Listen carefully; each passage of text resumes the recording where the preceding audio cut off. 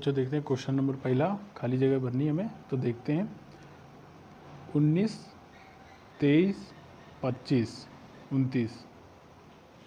तो अब इसमें क्या दिया है कि इसमें केवल अपोजिट दिया है, अपोजिट वर्ड दिए हैं। जैसे देख लीजिए 29 और -29, 25 -25, 23 -23, 19 -19। ठीक, इस तरीके से दिया है। ये जाके लास्ट में आ जाएगा। तो इसी तरीके से हम 20 से देखते हैं। जैसे दिया 17 -17, 13, तो ये हो जाएगा -13, ये हमारा आंसर हो जाएगा। और ये 11 -11, 7 -7, तो हमारा हो जाएगा -13 है। तो ये आंसर हो जाएगा दूसरा नंबर। ठीक बेटा, चलिए दूसरा नंबर देखते हैं। दे दिया -7, फिर 25, फिर 7, तो ऐसे दे दिया फिर -25, तो ये अल्टरनेट दिया है। ठीक ठीक बच्चों, 13 -13, 31 -31। तो इसी तरीके से देखते हैं 5 -5, 8 -8, तो प्लस का 8। ठीक, 11 -11, -14, तो यहाँ +14 हो जाएगा। ठीक, तो हमारा तीसरा नंबर सही है। ठीक बच्चों, चलिए अगला देखते हैं। निम्नलिखित को पूर्णांकों के रूप में लिखिए। मतलब ये हमें क्वेश्चन दिया है, इन्हें हमें पूर्णांकों के रूप में लिखना है। तो देखते हैं, पूर्व को धन दिशा तथा समुद्र तल से ऊंचाई को धन दिशा मानिए। तो जो दिया है कि पूर्व को, ये हो गया पूर्व दिशा मतलब ईस्ट, इसको हम धन की दिशा मानेंगे। और समुद्र तल से ऊंचाई को धन दिशा मानेंगे। और इन दोनों को हम धन दिशा मानेंगे। और ये जो है पश्चिम की दिशा, इसको हम ऋण मतलब माइनस की दिशा। और समुद्र तल से नीचे इसको भी हम माइनस दिशा मानेंगे। तो फिर इस बेस पे सवाल हल होगा। चलिए देखते हैं पहला क्या क्वेश्चन कह रहा है। 0 से नीचे 4 डिग्री सेल्सियस का तापमान, 0 से नीचे मतलब 0 से नीचे, तो 0 से नीचे के लिए कह रहा है। तो क्या नीचे क्या है, समुद्र तल मतलब 0 से नीचे, ये नीचे है ना समुद्र तल से नीचे। तो ये 0 से नीचे हम आएंगे जब 4 डिग्री सेल्सियस, तो कितना है 1 2 3 4 -4, तो यहाँ पे हो जाएगा -4 डिग्री सेल्सियस। ठीक, चलिए अगला देखते हैं। 7 कदम पूर्व, 7 कदम पूर्व मतलब पूर्व की दिशा। पूर्व दिशा क्या है, धनात्मक। तो 1 2 3 4 5 6 7 मतलब ये डैश डैश डैश, तो 7 कदम जब जाएंगे तो वो भी धन की दिशा होगी। तो यहाँ पे ये क्या हो जाएगा +7। ठीक, चलिए अगला तीसरा देखते हैं। ये रुपए का चिन्ह है। 3 रुपये 28 पैसे की हानि, हानि का मतलब होता है मतलब हो गया लॉस। तो लॉस में हमेशा माइनस ही में जाता है लॉस।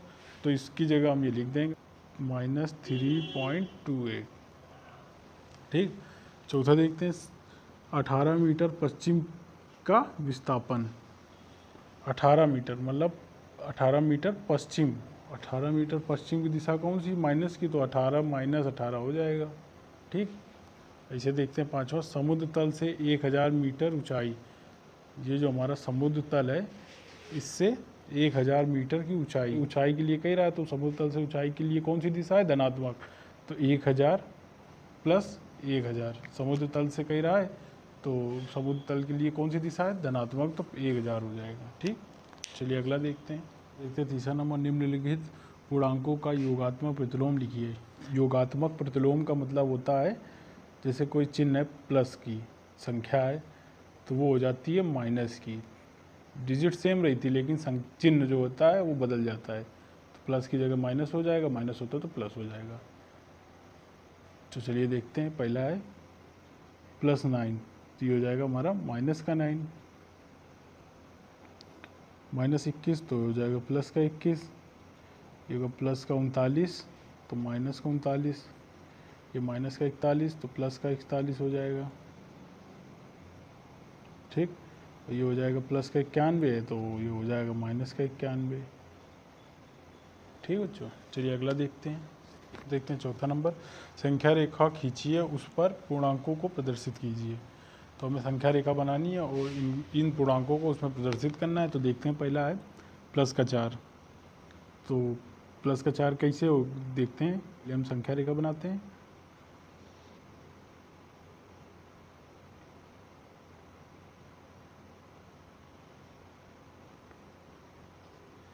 जीरो की इस तरफ वाली संख्या ही प्लस की होती हैं, तो ये हमारा ये हो गया प्लस का 4, और जीरो की इधर वाली हो जाती है माइनस की, तो ये हो गई प्लस की 4 संख्या रेखा पर। अब दूसरा देखते हैं इसी तरीके से, माइनस का 9, तो रेखा बनाते हैं। तो ये हो गई जीरो की इस तरफ वाली लेफ़्ट साइड वाली जो होती है, जीरो के लेफ़्ट साइड वाली ये माइनस की होती है, तो माइनस की 9 हमारी ये हो जाएगी। चलिए देखते हैं प्लस का 7, जीरो की इधर वाली प्लस की होती तो जीरो की प्लस वाली 7 ये हो जाएगी। ठीक, माइनस का 3,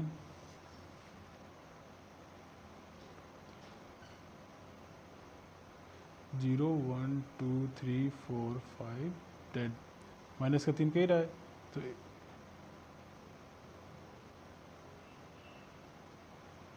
माइनस का 3 कह रहा है, तो जीरो की इस तरफ वाली होती है माइनस 1 2 3, तो ये हमारा, ठीक, ये हमारी हो गई।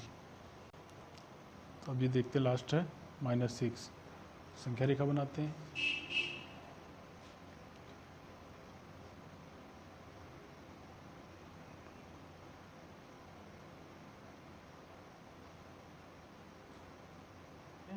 छठवां नंबर, निम्नलिखित के बीच सभी पूर्णांकों को लिखिए। निम्नलिखित के बीच सभी पूर्णांकों का मतलब ये है कि ये हमारी संख्या रेखा दी है और -2 और +3, ये हमारा सवाल है। तो -2 हो गया जीरो से इधर और +3 हो गया जीरो से इधर, तो हमें यही देखना है कि इनके बीच की संख्या कौन सी है। तो -2 ये हो गया, तो इनके बीच हो गया -1, ठीक, फिर कामा 0 कामा +3 के बीच में कौन कौन सी संख्या है, प्लस की 1 कामा प्लस की 2, ठीक, ये हो गया, हमें यही देखना था। और देखते हैं 0 और 6, 0 और 6 के बीच की दूरी, तो प्लस का 6 है तो इधर जाएंगे जीरो के, तो 1 2 3 4 5, ठीक, तो लिख देंगे 1 कामा 2 कामा 3 कामा 4 कामा 5, ठीक। तो ऐसे तीसरा देखते हैं, -4 और +4 के बीच की संख्या, -4 और +4 के बीच की संख्या कितनी है, जैसे इधर है -3 कामा -2 कामा -1 कामा 0 कामा 1 कामा 2 कामा 3, ठीक, ये हमारा आंसर है इस क्वेश्चन का। फिर है चौथा नंबर, -5 और +2 के बीच की, -5 और +2 के बीच में, तो फिर -4 हो जाएगा, -3 हो जाएगा, -2 हो जाएगा, -1 हो जाएगा, फिर 0 हो जाएगा, फिर प्लस का 1 हो जाएगा, ठीक बच्चों।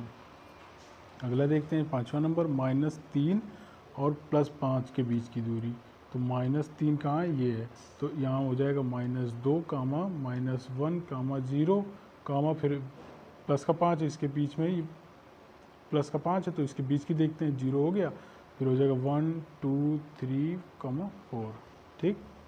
ऐसे ही अब छठवां देखते हैं, -8 और +4 के बीच की दूरी, तो -8 है तो ये हो जाएगा -7 कामा -6 -5 -4 -3 -2 -1 कामा 0 कामा 1 2 3, ठीक, ये हमारा आंसर हो गया। कोई दिक्कत हो बच्चों तो कमेंट बॉक्स में कमेंट करके कृपया पूछ सकते हैं, ठीक। चलिए अगला देखते हैं। चलिए बच्चों देखते हैं अगला है 7 नंबर, संख्या रेखा देखिए तथा इसकी सहायता से दो पूर्णांकों के बीच की सभी संख्याएं आरोही क्रम में लिखिए।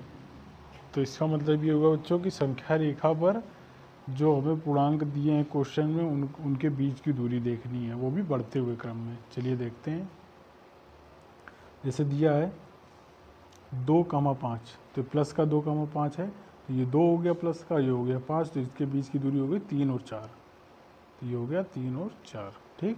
दूसरा देखते हैं,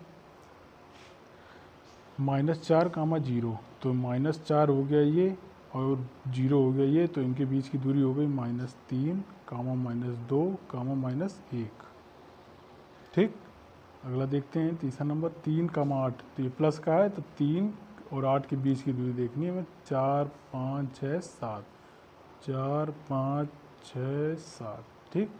अब 0 से 4 के बीच की दूरी वही प्लस की है, तो 0 से 4 1 2 3 आ जाएगा, 1 2 3, ठीक बच्चों। देखते हैं पाँचवा नंबर, -5 और कामा 2 के बीच की दूरी, तो -5 ये हो गया।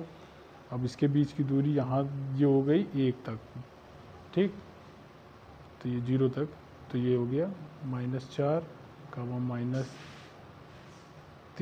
-2 कामा -1 कामा 0, और ये कितना है 1, ठीक, कामा, ये हमारा आंसर है। चलिए छठवा देखते हैं, -1 से +4 के बीच की दूरी, तो -1 ये है, तो यहाँ से हो जाएगा 0 1 2 3, ठीक, 0 कामा 1 कामा 2 कामा 3, ठीक बच्चों, ये हमारा आंसर है। चलो अगला देखते हैं, तो देखते हैं 8वां नंबर, निम्नलिखित के मान बताइए। तो सबसे पहले मैं बता दूं, इस चिन्ह का नाम जो होता है, इसका नाम होता है निरपेक्ष मान, ठीक। इस चिन्ह का जो नाम होता है ये होता है निरपेक्ष मान। तो निरपेक्ष मान में क्या होता है, जो भी डिजिट दी होती है उसका जो चिन्ह होता है वो केवल बदल जाता है, लेकिन सेम डिजिट सेम ही रहती है। निरपेक्ष मान का मतलब होता है माइनस का चिन्ह हट जाता है और उसकी जगह प्लस का चिन्ह हो जाता है। तो देखते हैं कैसे, जैसे ये माइनस का चिन्ह दिया है इसमें, तो ये निरपेक्ष मान है, तो इसको हटा देते हैं पहले। ये दिया है माइनस का 13, तो ये हो जाएगा केवल 13, प्लस का 13 हो जाएगा, ठीक है, माइनस का चिन्ह हट जाएगा और उसकी जगह प्लस का हो जाएगा। निरपेक्ष मान में मान का मतलब ये होता है। अब जैसे ये दिया प्लस का 12 निरपेक्ष मान के अंदर, तो ये जो प्लस का मान है ये प्लस ही में रहेगा, ठीक है, इसमें माइनस नहीं होगा, केवल माइनस ही प्लस में बदलेगा, लेकिन प्लस माइनस में नहीं, नोट कर देंगे, ठीक। चलिए अगला देखते हैं, माइनस का 37 निरपेक्ष मान के अंदर है, तो ये क्या हो जाएगा प्लस का 37, ठीक। ये है निरपेक्ष मान के अंदर क्या है 0, तो 0 शून्य कभी भी ना तो धनात्मक होता है ना ऋणात्मक होता है, तो हम इसे ऐसे नोट कर देंगे। माइनस का 47 होता है, ये है, तो माइनस का 47 गए हो जाएगा प्लस का 47, ठीक। अब ये 101 है जो प्लस का है, तो केवल इसको हम 101 ऐसे लिख देंगे, ठीक बच्चों। निरपेक्ष मान का मतलब ये होता है। थोड़ा मैं आपको नोट लिखा देता हूँ इसी के लिए।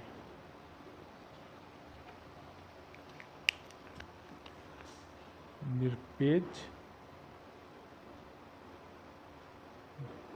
मान का चिन्ह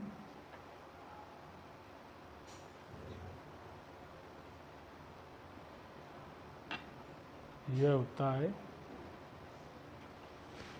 कि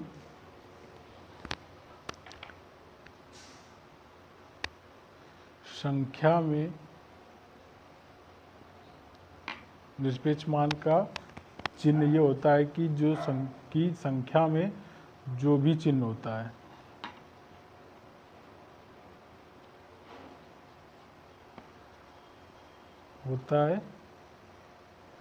उसकी जगह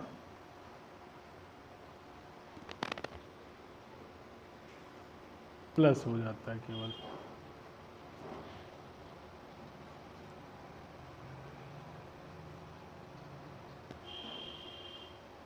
ठीक बच्चों। और जो प्लस दिया तो वो भी प्लस ही हो जाएगा, और जो माइनस में वो तो ऑलरेडी प्लस किया जाता है, तो हमारा ये नोट हो गया। निरपेक्ष मान का मतलब ये होता है। चलिए बच्चों अगला देखते हैं। बच्चों देखते हैं अगला है 9 नंबर, सही गलत को भरो। तो पहला क्वेश्चन है, सबसे छोटा पूर्णांक शून्य है, तो क्या सबसे छोटा पूर्णांक शून्य होता है? ये बात तो बिल्कुल गलत है, क्योंकि शून्य जो होता है ना वो पूर्णांक होता ही नहीं, तो इसलिए ये गलत है।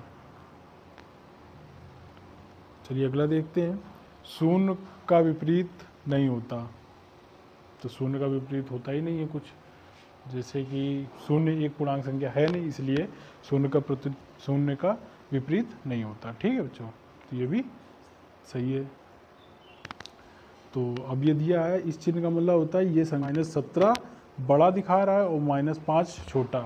तो हम इसको जानते हैं कैसे, संख्या रेखा पर जो है 0 से इस तरफ के लिए जो संख्या जाती है 1 2 3 4 से जाती हैं, शुरू होती हैं, फिर इधर 1 2 3 4 तक जाती हैं अनंत तक। लेकिन ये है कि इस तरफ जो भी जाएगा माइनस का, जैसे माइनस का 17, माइनस का 17, माइनस का 5 है, तो माइनस का जो बड़ा इसलिए नहीं होगा क्योंकि माइनस का जीरो से बहुत दूर है, और -5 जीरो से नज़दीक है, इसलिए -5 बड़ा होगा। ये चिन्ह इसको हम गलत भरेंगे। ठीक है, अगर आपको समझ में आ गया होगा बच्चों, उम्मीद करता हूँ। अगर इस चीज़ में किसी को प्रॉब्लम हो तो वो एक बार कमेंट कर दें प्लीज़। चलिए अगला देखते हैं, चौथा नंबर। एक धनात्मक पूर्णांक अपने योगात्मक प्रतिलोम से बड़ा होता है।